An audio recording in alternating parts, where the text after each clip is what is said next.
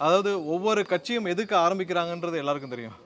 ஒவ்வொரு கட்சியும் ஒரு நல்ல எண்ணத்தோட, மக்களுக்கு ஏதாவது செய்யணுன்ற ஒரு எண்ணத்தோட தான் கட்சி ஆரம்பிப்பாங்க. ஆனா, இன்னைக்கு வந்து திரு கேப்டன் அவர்கள் வந்து ஆரம்பிச்ச ஒரு இயக்கம், அவர் இந்த கட்சிய ஆரம்பிச்சதே எப்படின்னா, திமுக போன்ற ஒரு ஒரு சமூக விரோத ஒரு ஒரு அரசை அகற்ற வேண்டும். ஒரு ஊழல்வாத அரசை அகற்ற வேண்டும். இந்த மாரியான ஒரு குடும்ப அரசை அகற்ற வேண்டும் தான் கேப்டன் விஜயகாந்த் அவர்கள் அவருடைய வாழ்நாள் முழுவதும் போராடிட்டு வந்தாரு.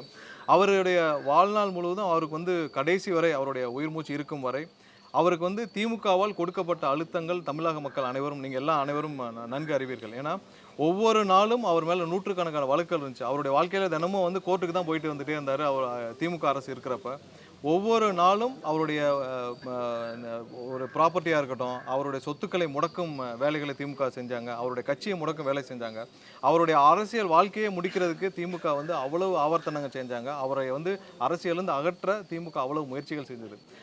ஒரு ஒரு உச்சக்கட்ட அழுத்தத்திற்கு கேப்டன் அவர்களை வந்து திமுக வச்சிருந்தது. அவருடைய வாழ்க்கை முழுவதும் அவர் போராடி எதற்காக யாரை அகற்ற வேண்டும் என்று போராடினார்களோ, அவருடைய கூட்டணி வச்சது வந்து அவருடைய தொண்டர்களும், அவரை நேசித்த மக்கள் யாரும் அத ஒரு பொருட்டு கூட ஒரு நாள் கூட ஏற்றுக்கொள்ள மாட்டார்கள்.